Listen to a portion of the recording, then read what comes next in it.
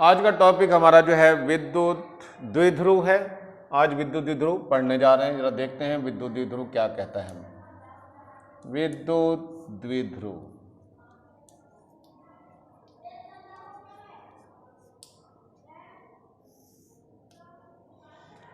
ये क्या है, इसको जानना बहुत जरूरी है। इसमें दो बहुत अल्प आवेश, बहुत छोटे छोटे आवेश परस्पर समीप रख करके निकाय की रचना करते हैं, यानी दोनों साथ साथ रहने लगते हैं, तो उस निकाय को हम कहते हैं विद्युत द्विध्रुव। दो ध्रुव होते हैं उसके अंदर, इसलिए तो यही बताने जा रहे हैं, यही बताने का प्रयास कर रहे हैं। ये दो आवेश हैं, ये परस्पर पास में रख करके निकाय की रचना किए हुए हैं। एक प्लस क्यू आवेश है और एक माइनस क्यू आवेश है, यानी दो बराबर किंतु विपरीत प्रकृति के आवेश परस्पर समीप रहकर किसी निकाय की रचना करते हैं, तो उसे हम कहते हैं विद्युत द्विध्रुव।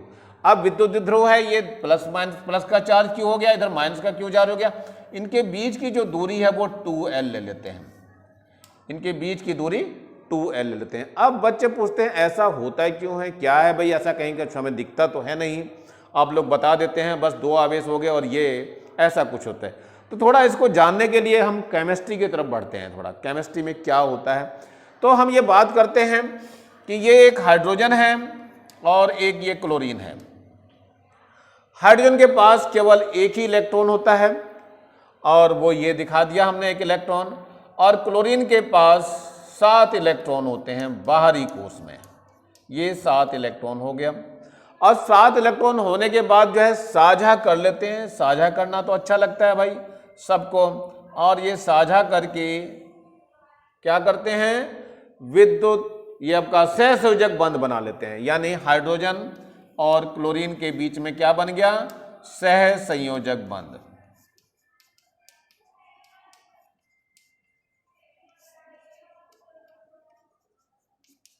सहसंयोजक बंध बन तो गया बच्चों, लेकिन इसको समझना बहुत जरूरी है, बेहद जरूरी कि हुआ क्या है इसके अंदर।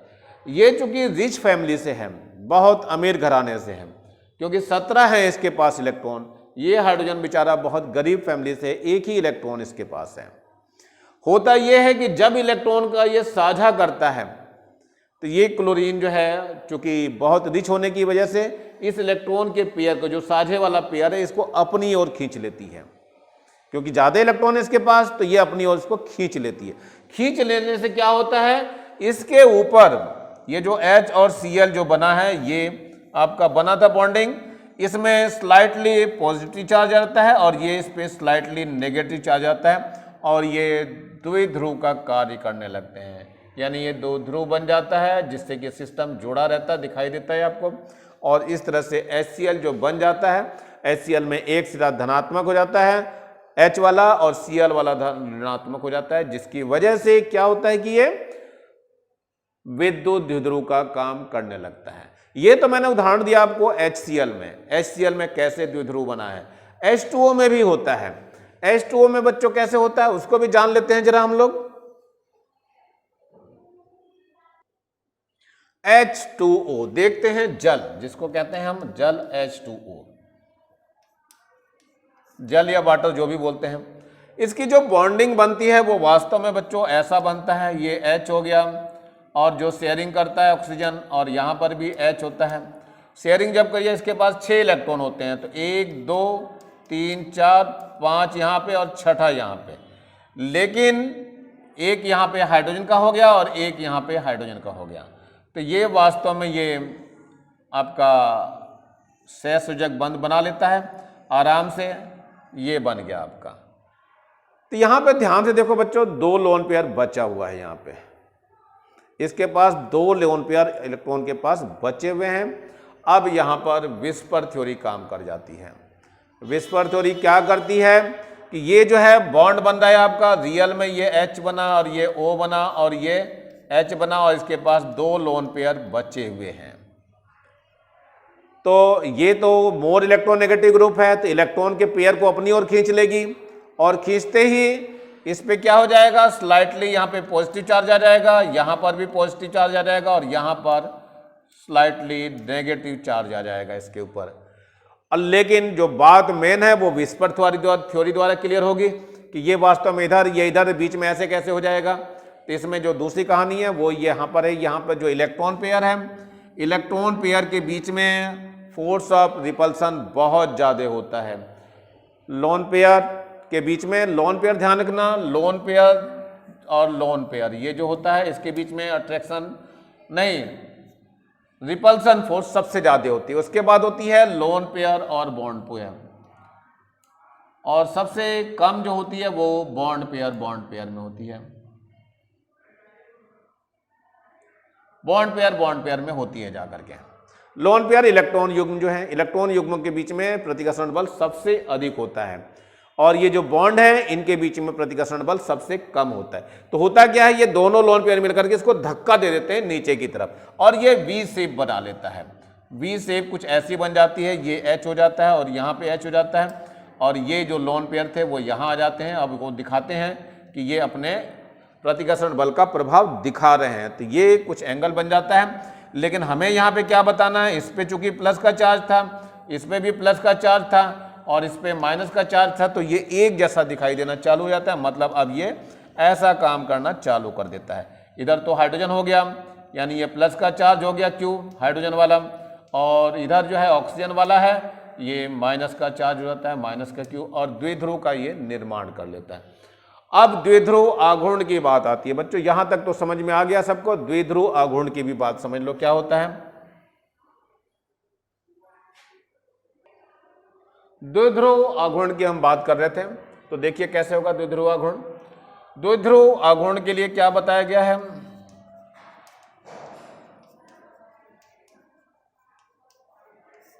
इसको हम P से दिखाते हैं।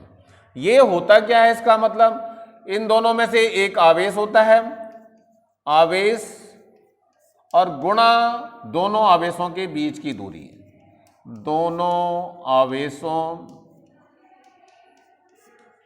के बीच की दूरी, यानी इसको हम P से दिखाते हैं। और यहां Q हो गया और यहां पे 2L दूरी यहां बताई थी मैंने पहले ही, तो P बराबर वास्तव में जो आ गया वो 2QL हो गया। इसका जो मात्रक है कूलाम मीटर हो जाएगा, ये ध्यान रखना बच्चों, कूलाम मीटर। ये द्विध्रुव आघूर्ण का जो है मात्रक है बच्चों, ध्यान रखना अच्छे से। P बराबर होता है 2QL। ये बहुत ज़्यादा आपके डेरिवेशन के बीच में चलता रहेगा, बहुत ज़्यादा पूछा जाएगा और दिखाया जाएगा आपको, हर जगह बताया जाएगा इसको कि हाँ ये होता है। तो इस तरीके से ये आता है। अब इसकी बात आती है डायरेक्शन की, तो ध्यान रखना विद्युत क्षेत्र की जो डायरेक्शन होती है इसमें प्लस से माइनस की ओर भागता है, तो इसका P की जो डायरेक्शन है वो इधर हो जाएगी। ध्यान रखना P की जो डायरेक्शन जो दिखाई दे रही है वो इस साइड में हो जाएगी, ये इसकी दिशा होगी P की। तो प्लस से माइनस की ओर दिशा होती है द्विध्रुव आघूर्ण की। तो ये कैसा राशि हुआ, ध्यान रखना द्विध्रुव आघूर्ण सदिश राशि है, ये जो है सदिश राशि है।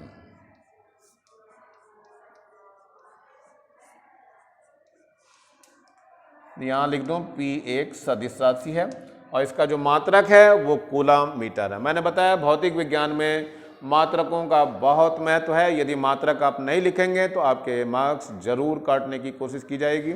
मैं हूं चाहे कोई और भी टीचर, चेक तो हम ही लोगों में से कोई करता है, लेकिन जिनकी गड़बड़ियां होती हैं जिन चीज़ों की, उनको जो है हम लोग काटने का पूरा प्रयास करते हैं। और कॉम्पिटिटिव एग्ज़ाम में इनसे थोड़ा सा अलग हट जाता है मामला, लेकिन मात्रकों के भी वहाँ पे कई सारे प्रश्न होते हैं जो मात्रक मिल नहीं पाते हैं आप लोगों को। इसलिए मात्रक पे मैं बार बार बोल रहा हूँ कि मात्रकों को ढंग से आप लोग याद करेंगे। अब चल रहे हैं विद्युत क्षेत्र के कारण, यानी विद्युत द्विध्रुव के कारण उत्पन्न विद्युत क्षेत्र। विद्युत द्विध्रुव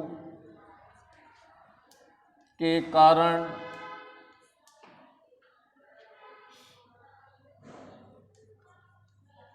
उसके समीप उत्पन्न विद्युत क्षेत्र की तीव्रता।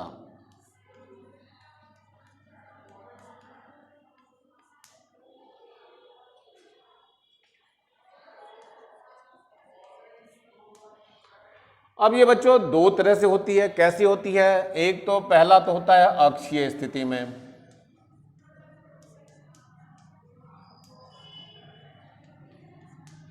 और दूसरा होता है निरक्षीय स्थिति।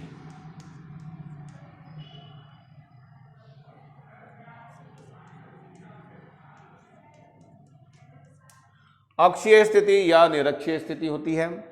अब इसमें अक्षीय स्थिति का मतलब होता है कि ये द्विध्रुव आपका रखा हुआ है, इस द्विध्रुव के अक्ष पर ही कहीं वो बिंदु हो जहां पर हमें विद्युत क्षेत्र निकालना हो।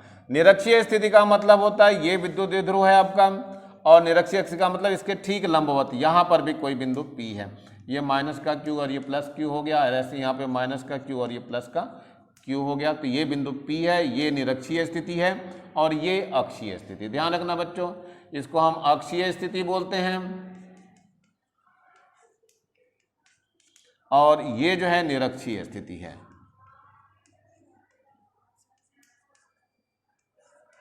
दोनों स्थितियों का वर्णन आपको करना पड़ता है, दोनों स्थितियों का आपको बिल्कुल सही से पता होना चाहिए।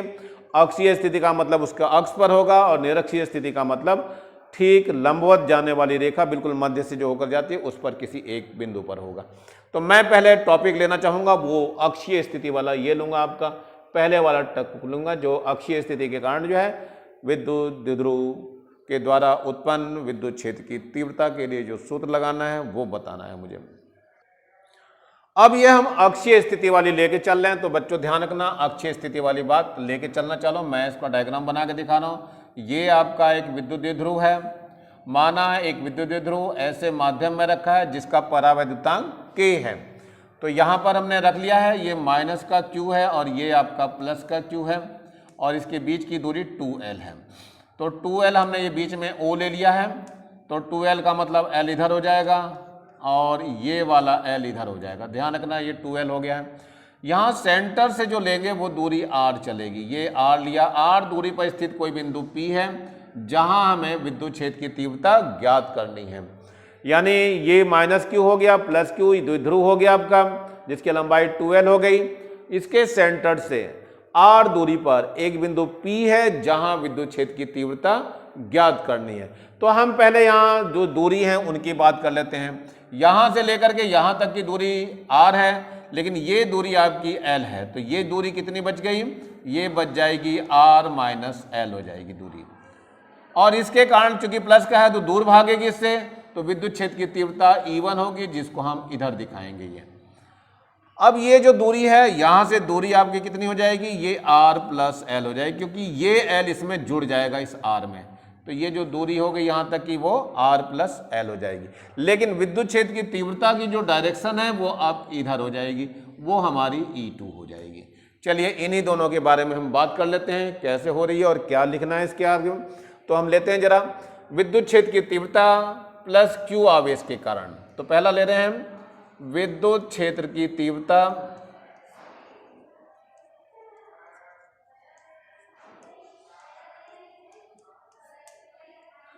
प्लस Q आवेश के कारण। ध्यान रखना, बिंदु P पे ले रहे हैं हम, विद्युत क्षेत्र की तीव्रता बिंदु P पर है ये। तो ये हमने E1 ले लिया। E1 का जो सूत्र आएगा 1/4 पाई आ जाएगा, एप्सिलॉन 0 आ जाएगा, K आ जाएगा, और Q1 आ जाएगा, Q ही रहेगा यहाँ पे, और बटे में ये जो R माइनस L है इसका स्क्वायर हो जाएगा। सॉरी, ये R माइनस L का स्क्वायर हो जाएगा। लेकिन ध्यान रखना, यहाँ डायरेक्शन भी आपको देनी पड़ेगी। तो यहाँ पे मैंने क्या कर दिया, ये A बिंदु ले लिया और ये B ले लिया, तो डायरेक्शन उधर की हो गई, तो AP की ओर। तो यहाँ डायरेक्शन मैं लिखने दे रहा हूँ यहाँ पे AP की ओर। ये लिखना बहुत जरूरी है बच्चों, ध्यान रखना। डायरेक्शन इसकी AP की ओर हो गया, A से P की ओर जा रहा है, ये E1 आ गया। अब क्या लेना है? विद्युत क्षेत्र की तीव्रता दोबारा ले रहा हूं मैं। विद्युत क्षेत्र की तीव्रता E2 किसके कारण है ये भी बताना पड़ेगा, माइनस Q आवेश के कारण।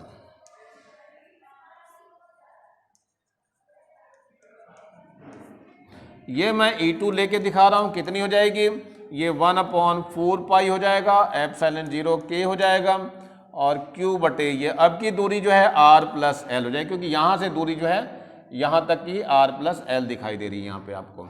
चलिए आर प्लस एल का स्क्वायर हो जाएगा। डायरेक्शन बताने के लिए क्या हो जाएगा, पी से बी की ओर है तो यहां लिखेंगे पी बी की ओर।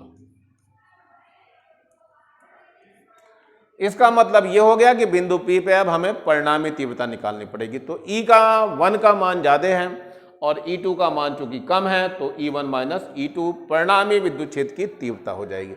तो चलिए यहां पे लिख रहा हूं मैं परिणामी विद्युत क्षेत्र की तीव्रता, परिणामी विद्युत क्षेत्र की तीव्रता।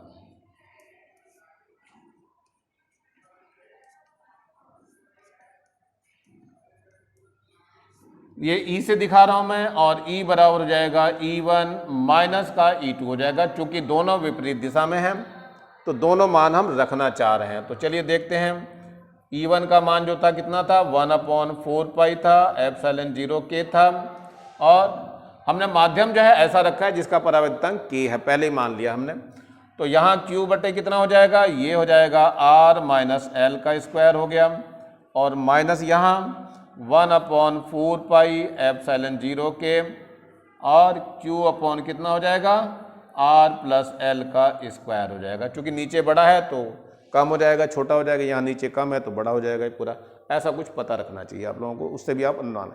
इसमें से देखो ये जो चीजें पूरी की पूरी कॉमन आ रही है दोनों में से, तो कॉमन ले लेते हैं।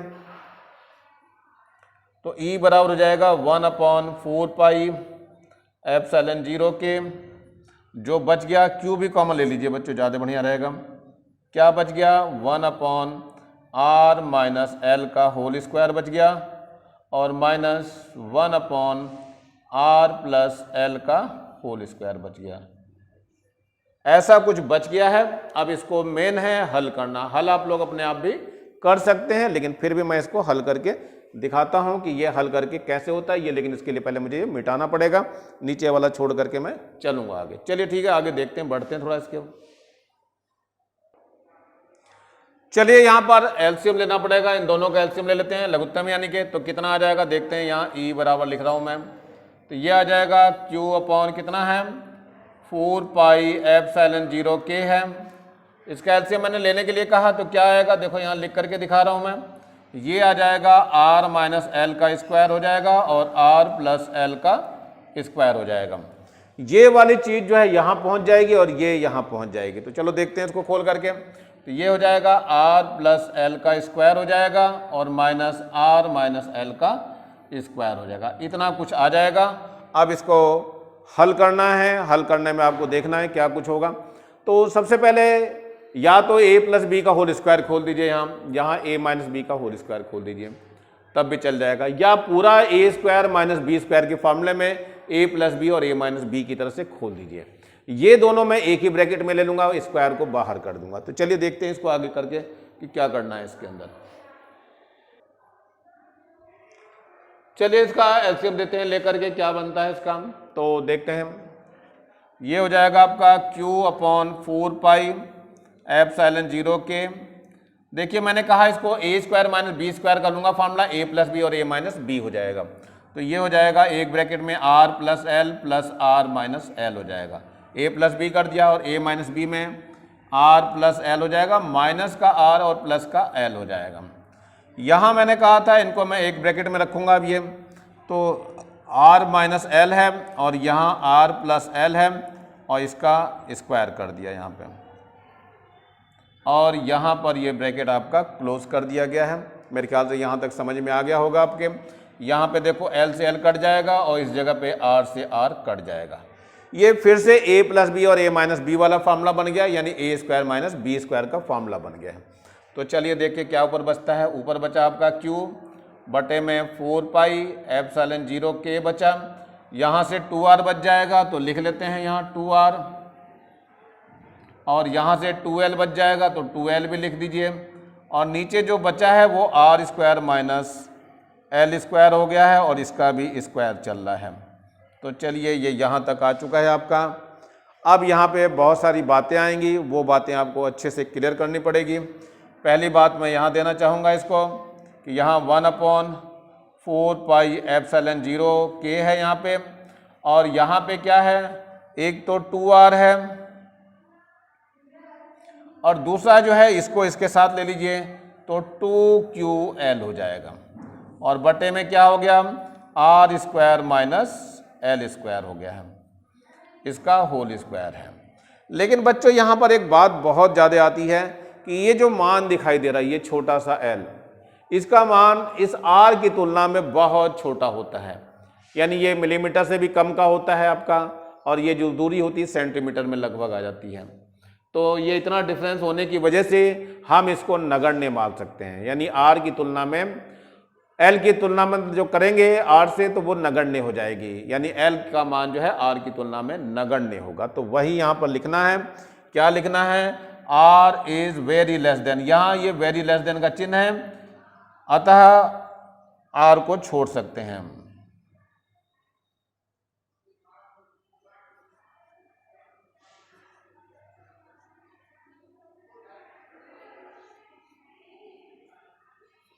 ये आर को हम यहां छोड़ देंगे, ध्यान रखना, यहां पर आर को नहीं एल को छोड़ेंगे बच्चों, यहां पे ध्यान रखना, एल को छोड़ना है यहां पर, अतः एल को हम छोड़ सकते हैं क्योंकि एल हमारा छोटा है ना, आर बड़ा है इसमें, तो आर उल्टा हो गया बच्चों, जरा थोड़ा सा देखते हैं।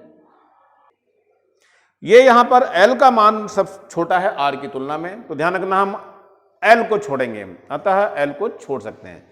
एल का मान आर की तुलना में बहुत छोटा है, तो स्क्वायर कर देंगे तो और छोटा हो जाता है, तो इसलिए जो है इसको हम छोड़ देंगे, तो यहां से एल हट जाएगा, तो ये आर की पावर 4 हो जाएगी, जो मैं अभी लिख करके दिखाता हूं आपको।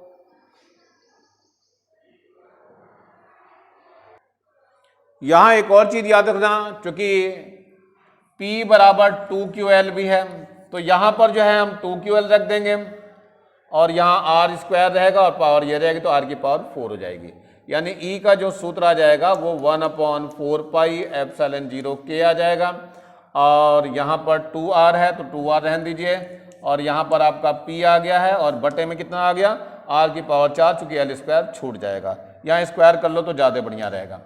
चलिए क्या हो जाएगा आपका, यहाँ पे कितना हो जाएगा, R की घात 4 हो जाएगी, तो ये एक R कट जाएगा, तो यहाँ R की घात 3 बच जाएगी, यानी E बराबर हो जाएगा 1/4 पाई एप्सिलॉन 0 K, और यहाँ पर 2P बटे R क्यूब आ जाएगा। वास्तव में ये सूत्र आ गया यहाँ पर आपका निकल करके, अक्षीय स्थिति का यही आपका डेरिवेशन है। निर्वात अथवा वायु के लिए क्या होता है ये भी लिख देंगे आप, निर्वात अथवा वायु के लिए K बराबर 1 होता है, तो यहाँ K की जगह 1 रख दिया जाएगा, इस वाले K की जगह 1 रखा जाएगा, और ये पूरा सूत्र ऐसे रहेगा, तो E का जो सूत्र आ जाएगा वो ये आ जाएगा 1/4 पाई एप्सिलॉन 0, और Q है, P है, यहाँ पे 2P है बच्चों, तो 2P बटे R क्यूब, ये सूत्र यहाँ तक सिद्ध करने के लिए आपको देंगे, तो यहाँ तक आप बच्चों करके छोड़ेंगे, तब जाकर के आपका सूत्र पूरी तरह से, ये अक्षीय स्थिति का डेरिवेशन है, अक्षीय स्थिति में हम किस प्रकार से इसको प्राप्त करते हैं। अब हम ले रहे हैं निरक्षीय स्थिति में। देखिए ये सेकंड नंबर था हमारा निरक्षीय स्थिति में।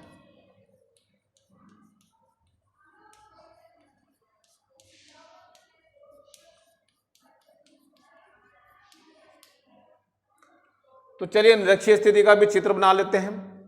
तो ये यहां पर आपका ये वो द्विध्रुव रखा हुआ है, ये है आपका -Q है, और इधर +Q कर देता हूं मैं, या +Q इधर कर दीजिए, -Q यहाँ कर दिए, कोई फर्क नहीं पड़ता।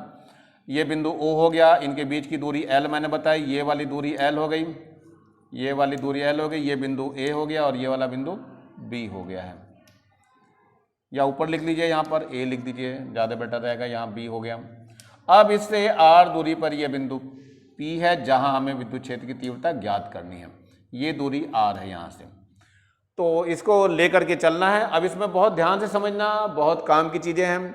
ये +Q आवेश के कारण जब यहाँ विद्युत क्षेत्र की तीव्रता निकालेंगे तो ये बच्चों इसी डायरेक्शन में सीधा आगे की ओर निकल जाएगा, ये आगे की ओर हो जाएगा, ये E1 आ जाएगा। लेकिन इसके कारण जब निकालेंगे विद्युत क्षेत्र की तीव्रता तो ये माइनस का है, तो माइनस की तरफ हो जाती है, तो ये इधर हो जाएगा, ये E2। पहले हम इन्हीं दोनों को लिख लेते हैं, फिर बाद में बात करेंगे और क्या करना है। तो चलिए देखिए क्या है। अब यहाँ पर थोड़ा सा कोण की भी बात कर लो, थोड़ा अच्छा रहेगा। यहाँ पर जो ये कोण जो है बन रहा है, ये थीटा बन रहा है, वो हम अभी थोड़ी चर्चा करेंगे उसकी, दोनों कोण थीटा बन रहे हैं। तो चलिए देखिए, पहले इसका लिखेंगे। माना कोई विद्युत द्विध्रुव AB जिस पर आवेश प्लस क्यू माइनस क्यू, लंबाई 2L, एक ऐसे माध्यम में रखा है जिसका परावैद्युतांक K है, और इससे इसकी निरक्षीय स्थिति में एक बिंदु P है जो इससे r दूरी पर स्थित है, जहां हमें विद्युत क्षेत्र की तीव्रता ज्ञात करनी है। इतना कुछ लिखना पड़ता है इसके अंदर, फिर आगे जाकर के इसको हम हल करना चालू करते हैं। चलो देखते हैं क्या है। बिंदु P पर बिंदु प्लस क्यू आवेश के कारण ले रहे हैं हम, तो प्लस क्यू आवेश के कारण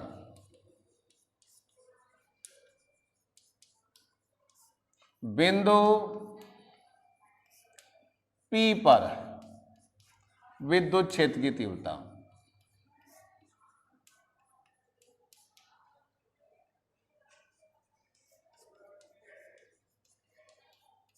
इसको हम E1 दिखा रहे हैं। इस E1 का मान हो जाएगा 1/4 पाई एप्सिलॉन 0 के माध्यम का परावैद्युतांक है, और ये कितना हो जाएगा ऊपर Q अपॉन हो जाएगा ये जो दूरी है AP का स्क्वायर हो जाएगा। डायरेक्शन जरा ध्यान से देखो, A से P की ओर है, तो यहां AP की ओर लिखोगे। डायरेक्शन को लिखना बहुत जरूरी है, दिशा के बिना ये अधूरा हो जाएगा, फिर सही नहीं माना जाएगा आपका। ये तो ऐसा हो गया। ऐसे ही माइनस क्यू आवेश के कारण भी लिख लेते हैं। माइनस क्यू आवेश के कारण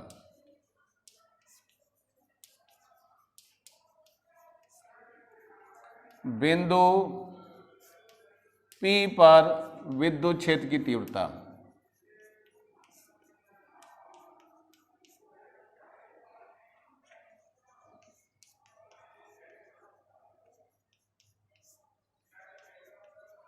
E2 ये हो जाएगा 1/4 पाई एप्सिलॉन 0 के, और Q अपॉन, यहां ध्यान से देखो ये PB का स्क्वायर हो जाएगा, यहां आ जाएगा PB का स्क्वायर। डायरेक्शन देखो तो P से B की ओर है, तो यहां लिखोगे PB की ओर।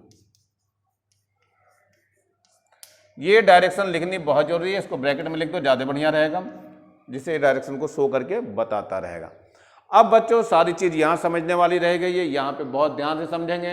डायरेक्शन थोड़ा यहाँ पे चित्र जो है थोड़ा कॉम्प्लिकेटेड होना चाह रहा है, तो थोड़ा उसको बहुत ध्यान देंगे इस पर। चलिए देखते हैं। अब यहाँ पर एक लाइन हमने ओरिएंटल लाइन खींच दी, ये क्षैतिज रेखा खींच दी है। क्षैतिज रेखा की तरफ ही इसका निकलेगा, तो पहले ये कोण जो है समांतर है चूंकि इसके, तो ये थीटा कोण हो जाएगा। यहाँ पर एकांतर कोण से, ऊपर वाला संगत कोण से थीटा होगा, नीचे वाला एकांतर कोण से थीटा हो जाएगा। चलिए थीटा हो गया, तो E1 के दो घटक काम करेंगे। एक घटक यहाँ हो जाएगा, वो हो जाएगा E1 कॉस थीटा, जो इसके साथ लगा होता है कॉस थीटा, जो कोण से परे होता है वो साइन वाला होता है, तो यहाँ हो जाएगा E1 साइन थीटा। ऐसा एक घटक काम करेगा, एक इधर क्षैतिज काम करेगा, एक ऊर्ध्वाधर ऊपर की ओर काम करेगा। E2 का एक तो क्षैतिज ही काम कर रहा है, ये हो जाएगा E2 कॉस थीटा, और एक हो जाएगा इधर की तरफ E2 साइन थीटा। यहां पर चूंकि ध्यान से देखो AP और PB चूंकि बराबर हैं, चूंकि AP बराबर BP है, इसलिए क्या हो जाएगा E1 बराबर E2 हो जाएगा, लेकिन परिमाण में केवल।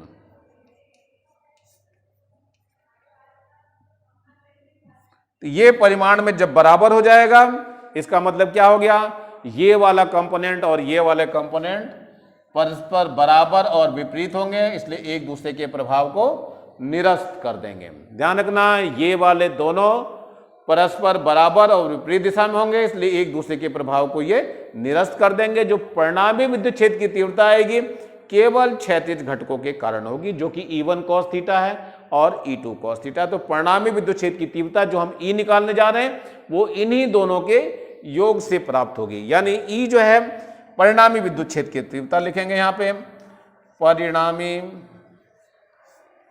विद्युत क्षेत्र की तीव्रता।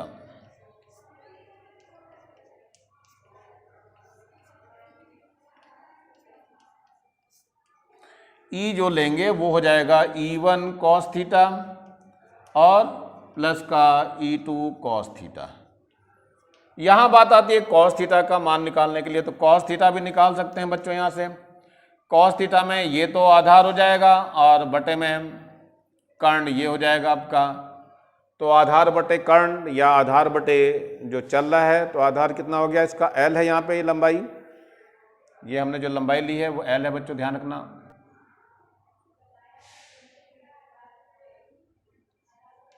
L है, 2L थी, तो L बटे ये हो जाएगा आपका BP या AP कर दीजिए, दोनों मतलब एक ही है। तो L बटे AP या BP जो भी लिख दीजिए, तो मैं AP केवल लिख के काम चला ले रहा हूँ। L बटे AP हो जाएगा, कर्ण हो जाएगा हमारा cos थीटा का मान। और यहाँ पर आपका दिख ही रहा दोनों मान बराबर है, परिणाम में बराबर हो चुका है। तो परिणामी विद्युत की तीव्रता का सूत्र लिख दे रहे हैं हम यहाँ पे। तो E बराबर कितना हो जाएगा, यहाँ पे E1 का मान धर दीजिए, कितना है E1 का मान, ये वाला रखा जाएगा। तो 1/4 पाई एप्सिलॉन 0 है, K भी है, साथ में Q अपॉन AP का स्क्वायर है, और cos थीटा मान आया है, तो cos थीटा भी ले लीजिए, कितना आ जाएगा L अपॉन AP, और प्लस यहाँ पर भी 1/4 पाई एप्सिलॉन 0 के, और Q अपॉन AP ये भी आ जाएगा, BP था पहले, तो अब AP कर दीजिए इसको, AP का स्क्वायर हो जाएगा, और यहाँ L अपॉन कितना हो जाएगा, AP हो जाएगा। तो ध्यान से देखिए दोनों एक जैसे हो गए, यानी कि ये डबल हो जाएगा आपका, ये डबल करके इसको लिखा जाएगा। तो डबल मैं लिख करके दिखाता हूँ रियल में क्या होगा इसका। तो यहाँ पे जो मान हो जाएगा आपका कितना आ जाएगा, ये हो जाएगा डबल करके, यानी E का मान जो आ जाएगा कितना हो जाएगा, ये हो जाएगा डबल ऑफ, यानी कि 1/4 पाई एप्सिलॉन 0 के, और यहाँ आ जाएगा 2QL अपॉन AP की घात 3। AP की घात कितनी हो जाएगी, अब ये 3 हो जाएगी। तो हम इसको लेकर के चलेंगे बच्चों। अब आगे इसको आगे सॉल्व करके थोड़ा सा और आगे दिखाता हूँ क्या कुछ आएगा। चलिए जो सूत्र आ रहा है आपका वो ये आया है, देखो यहाँ पे AP का मान वहाँ से निकाल देंगे हम। तो AP बराबर BP है, और ये जो आएगा under root of R square plus L square आ जाएगा, या इसकी घात जो है हम 1/2 भी लिख सकते हैं इसको, यानी R square plus L square की घात कितना हो जाएगा, 1/2। यानी अगर हमने क्यूब निकाला AP का क्यूब, तो AP का क्यूब का मतलब हो जाएगा R square plus L square की घात 3/2। चलिए लिख देते हैं इसमें।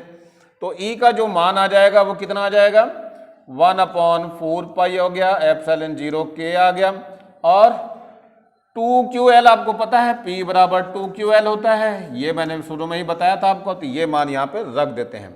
तो P बटे कितना हो जाएगा यहाँ पे, R square plus L square की घात 3/2। परंतु होता क्या है भाई, ये जो चीज़ मैंने पहले भी बताई थी कि R स्क्वायर का मान यानी L स्क्वायर का मान बहुत छोटा होता है। तो L स्क्वायर बहुत ही कम है किससे, R स्क्वायर से, अतः L स्क्वायर को छोड़ सकते हैं हम।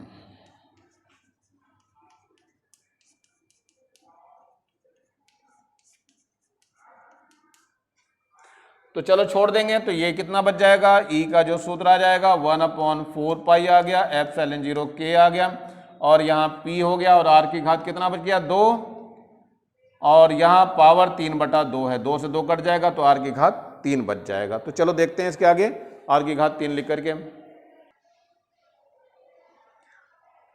अब यहाँ कितना आ जाएगा, R क्यूब आ जाएगा। तो E का मान हो जाएगा 1/4 पाई एप्सिलॉन 0 K और P/R क्यूब। तो ये सूत्र आ गया बच्चों। अब यहाँ पे एक लाइन और जोड़ते हैं, हमेशा ध्यान रखना, निर्वात अथवा वायु के लिए। तो वो भी लिखना है आपको, निर्वात अथवा वायु के लिए। निर्वात अथवा वायु के लिए K बराबर 1 होता है। तो मान रख दीजिए। तो E बराबर कितना आ जाएगा, 1/4 पाई एप्सिलॉन 0 हो जाएगा, और P बटे कितना हो जाएगा, R क्यूब हो जाएगा। तो ये आपका फाइनली सूत्र आ जाएगा जो आपको काम आएगा। इसमें ध्यान रखना बच्चों हमेशा कि 1/4 पाई एप्सिलॉन 0 का जो मान होता है वो 9 × 10⁹ होता है। ये भी सूत्र आपको याद रखना है, यानी ये मान आपको हमेशा याद रखना है, जो आंकिक में बहुत ज़्यादा काम आता है। मेरे ख्याल से समझ में आ गया होगा आप लोगों को। तो आज इतना ही रहने देता हूँ मैं।